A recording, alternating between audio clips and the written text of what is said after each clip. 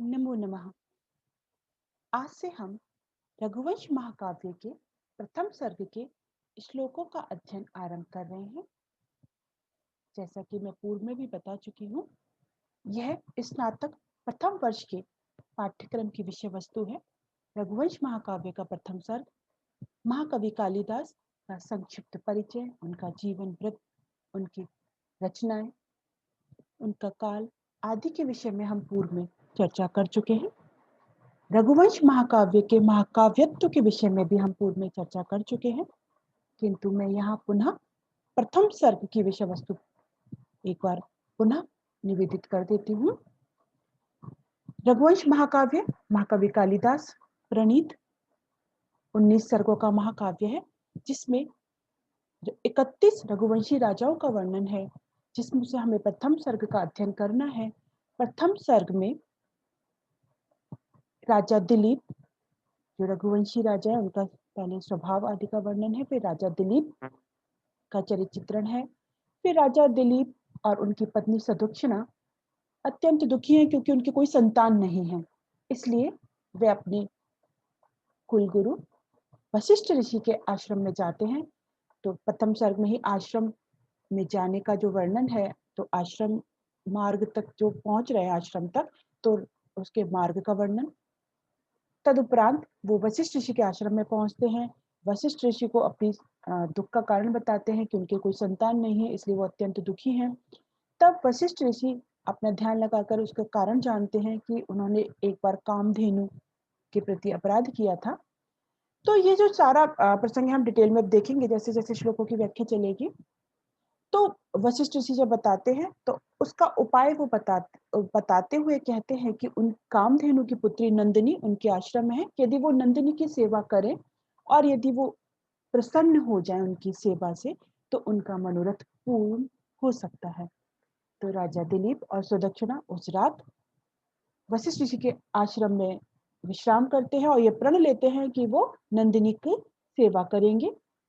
तो प्रथम सर्ग यहीं पे समाप्त हो जाता है, यानी कि राजा दिलीप और सुदक्षिणा, पहले यहाँ पे उनका वर्णन है, फिर उनका गुरु वशिष्ठ के आश्रम तक जाने के मार्ग का वर्णन है, गुरु वशिष्ठ के आश्रम का वर्णन है, और नंदिनी संतानहीनता के कारण का, फिर नंदिनी की सेवा के व्रत वो लेते हैं कि मैं उसकी सेवा करूंगा। यहाँ तक रघुवंश महाकाव्य का प्रथम सर्ग है।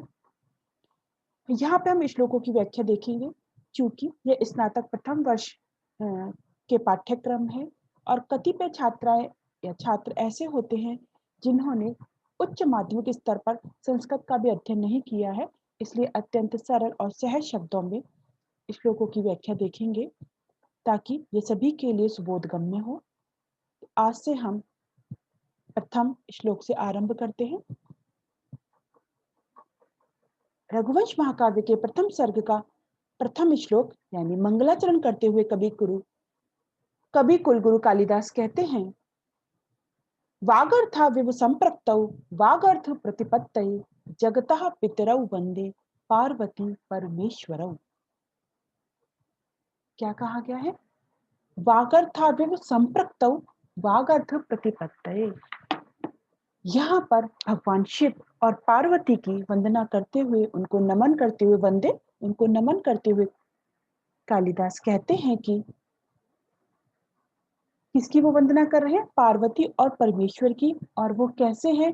वाणी और अर्थ के समान एक दूसरे से मिले हुए हैं। और किसके लिए वो कर रहे हैं? वाणी और अर्थ ज्ञान के लिए वो इस प्रकार उनकी वंदना कर रहे हैं। तो एक एक शब्द का हम अर्थ देखते हुए चलते हैं। हम वागर्था विव, वाणी और अर्थ के समान, यानी शब्द और अर्थ के समान जो संप्रक्त हो माने सर्वदा मिले हुए हैं। जिस प्रकार शब्द से अर्थ मिला हुआ है और अर्थ से शब्द, जब हम कोई शब्द बोलते हैं उसके साथ में अर्थ उसका सहकारी रहता है, साथ में रहता है, और अर्थ तब तक नहीं जब तक उसके साथ में कोई शब्द होगा। तो शब्द और अर्थ के समान जो सर्वदा मिले हुए हैं, जगतः पितरौ, जो जगत के माता पिता हैं, यानी संसार के संपूर्ण जगत के जो माता और पिता हैं, कौन? पार्वती परमेश्वरों, यानी भगवान माँ पार्वती और भगवान शिव। उनको मैं वागर्थ, वाक वाक्य अर्थस्य, तो वाक और अर्थ यानी कि शब्द और अर्थ के प्रतिपत्तये सम्यक ज्ञान के लिए वंदे माने वंदना करता हूँ। जो संसार के संपूर्ण संसार के माता पिता हैं, ऐसे भगवान पार्वती और भगवान शिव की मैं वाणी और अर्थ के सम्यक ज्ञान के लिए वंदना करता हूँ। और जो कैसे हैं, वाणियों और अर्थ यानी शब्द और अर्थ के समान जो एक दूसरे से मिले हुए हैं, सर्वदा मिले हुए संपृक्त हैं, उनके सम्यक ज्ञान के लिए। तो यह इसका श्लोक का सामान्यतः यह अर्थ है इसका। अब यहाँ पे जो कह रहे हैं, शब्द और अर्थ दोनों अविभाज्य हैं, दोनों कोई अलग नहीं कर सकता। यद्यपि जो साधारण मनुष्य होता है, क्या होता है, पहले शब्द होता है, फिर उसको ग्रहण करता है, फिर उससे जैसे कि अभी हम जैसे जैसे आगे बढ़ेंगे तो देखेंगे अभिधा शब्द शक्ति से शब्द से अर्थ लिया जाता है, लेकिन शब्द और अर्थ दोनों एक दूसरे से मिले हुए हैं, उनको अलग अलग नहीं किया जा सकता।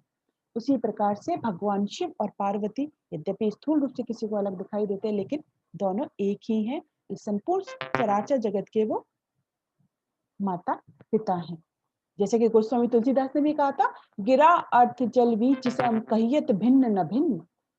तो ये इस प्रकार से यहाँ पे कहा गया है।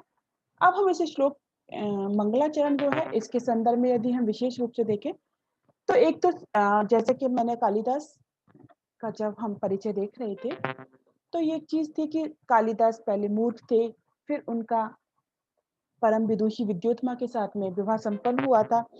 और जब विद्योत्मा ने जब उन्हें ज्ञात हुआ कि यह तो मूर्ख हैं, तो उनका तिरस्कार कर दिया था और वे कालिदास तपस्या करने के लिए, काली की उपासना करने के लिए चले गए। और जब वो काली की उपासना से ज्ञान प्राप्त करके पुनः लौटे, तो उन्होंने कहा, अनावृत कपाटम द्वारम देहि। तो वो कहते हैं कि विद्योत्मा अस्ति कश्चित वाग विशेषः, क्या कोई वाणी में विशेष है। लेकिन यहाँ देखिए, यहाँ पे अस्ति कश्चित वाक, इन 3 शब्दों को ग्रहण करके कालिदास ने इनसे इतने प्रभावित हुए कि उन्होंने 3 महाकाव्यों की रचना कर दी, जिसमें से अस्ति अस्त्युत्तर श्याम दिशि देवतात्मा हिमालयो नाम नगाधि राजा पूर्वा पर तो निधि बिगाइय स्थित प्रतिव्या एवं मानदंडा कुमार संभवम का प्रारंभिक श्लोक। कश्चित मेघदूतम जो गीति काव्य है उसका, कश्चित कांता विरह गुरुणा स्वाधिकारात् प्रमत्तः स्वापेनास्तं गमित महिमा वर्ष भोग्येन वर्तुः, ये मंदाक्रांता चरण में जो मेघदूतम है। इसके अलावा जो तीसरा है वाक, उससे ग्रहण करके उन्होंने रघुवंश महाकाव्य का निर्माण किया है। उसी का यह वागर्था विव संप्रक्तौ वागर्थ प्रतिपत्तये जगता पितरौ वंदे पार्वती परमेश्वरौ। तो यह जो किंवदंती प्रचलित है उससे संबंधित है। और एक दूसरी बात, मंगलाचरण हमारी प्राचीन परंपरा रही है। शास्त्रीय जितने भी ग्रंथ हैं सब में हम लोग मंगलाचरण देखते हैं, चाहे वो नाटक हो, चाहे वो महाकाव्य हो। मंगलाचरण 3 प्रकार के होते हैं, आशीर्वादात्मक, नमस्कारात्मक और वस्तु निर्देशात्मक। आशीर्वादात्मक जिसमें आशीर्वाद की कामना की जाए, नमस्कारात्मक जिसमें अपने इष्ट को, जिसका भी वो वंदन कर रहे हैं, उसको नमस्कार करें, और वस्तु निर्देशात्मक जिसमें मंगलाचरण के माध्यम से कथा वस्तु का निर्देश कर दिया जाए। तो इस प्रकार से यहाँ पर कौन सा मंगलाचरण है, वंदे, मैं नमन करता हूँ, वंदना करता हूँ, इस दृष्टि से यहाँ पर नमस्कारात्मक मंगलाचरण है। मंगलाचरण आदि क्यों किया जाता है, मंगल के लिए, कि एक इतना महत्वपूर्ण कार्य ग्रंथ निर्माण का वह पूर्णतः सम्यक रूप से भली भांति निर्विघ्न रूप से समाप्त हो जाए, जिस कार्य को आरंभ किया है, इसलिए वो भगवान की अपने इष्ट की वंदना करते हैं। ये हमारी प्राचीन संस्कृत ग्रंथों की, कवियों की परंपरा रही है। तो यहाँ पे मंगलाचरण किया गया है। एक बात और है यहाँ पर कि जैसे कहा है कि शब्द और अर्थ, तो जब हम शब्द को ग्रहण करते हैं तो अर्थ उसके साथ में रहता ही है, और जब हम अर्थ को ग्रहण करते हैं तो शब्द उसके साथ में रहता है। इसलिए यहाँ पे दोनों को कहा गया है। और वागर्थ प्रतिपत्तये, शब्द और अर्थ के ज्ञान के लिए क्यों, क्योंकि कालिदास, जैसा सभी जानते हैं, पुरा कवि नाम गणना प्रसंगे कनिष्ठ का अधिष्ठित कालिदास अद्यापि ततुल्य कवेर अभावाद अनामिका सार्थवती बभूव। कालिदास महान है, कैसे ऐसे ही महान नहीं बन गए। तो वो कहते हैं कि मुझे शब्द और अर्थ का सम्यक ज्ञान हो जाए कि मुझे कौन सा शब्द कब प्रयुक्त करना है और उससे कौन सा अर्थ लिया जाए। कालिदास शब्द चयन में अत्यंत निपुण हैं और इसी कारण से वो चाहते हैं कि मुझे इस प्रकार का ज्ञान हो जाए, और वही जो शब्द और अर्थ का भली भांति सोच विचार करके इतने सारे शब्द के पर्याय हैं, तो कौन सा शब्द यहाँ पे सर्वाधिक उपयुक्त होगा। और जैसा कि अभी हम देखेंगे आगे आगे अध्ययन करेंगे श्लोकों में, तो कभी उन्होंने कोई शब्द प्रयोग किया है एक ही मतलब एक ही अर्थ के लिए, कभी दूसरा शब्द का प्रयोग किया है। तो मुझे सम्यक ज्ञान हो जाए ताकि मेरा काव्य एक उत्कृष्ट कोटि का काव्य हो। इसलिए वो शब्द और अर्थ के सम्यक ज्ञान के लिए जो शब्द और अर्थ के समान जो एक परस्पर मिले हुए हैं, ऐसे भगवान शिव और पार्वती की वो वंदना कर रहे हैं, उनको नमन कर रहे हैं यहाँ पर। तो ये ध्यान देने योग्य है। तो प्रथम और यह कई बार विषय में पूछा भी जाता है। तो इस संदर्भ में यहाँ पे हमें ये ध्यान रखना है कि किस प्रकार से यहाँ पे मंगलाचरण किया गया है और उसके अंदर क्या विशेष है।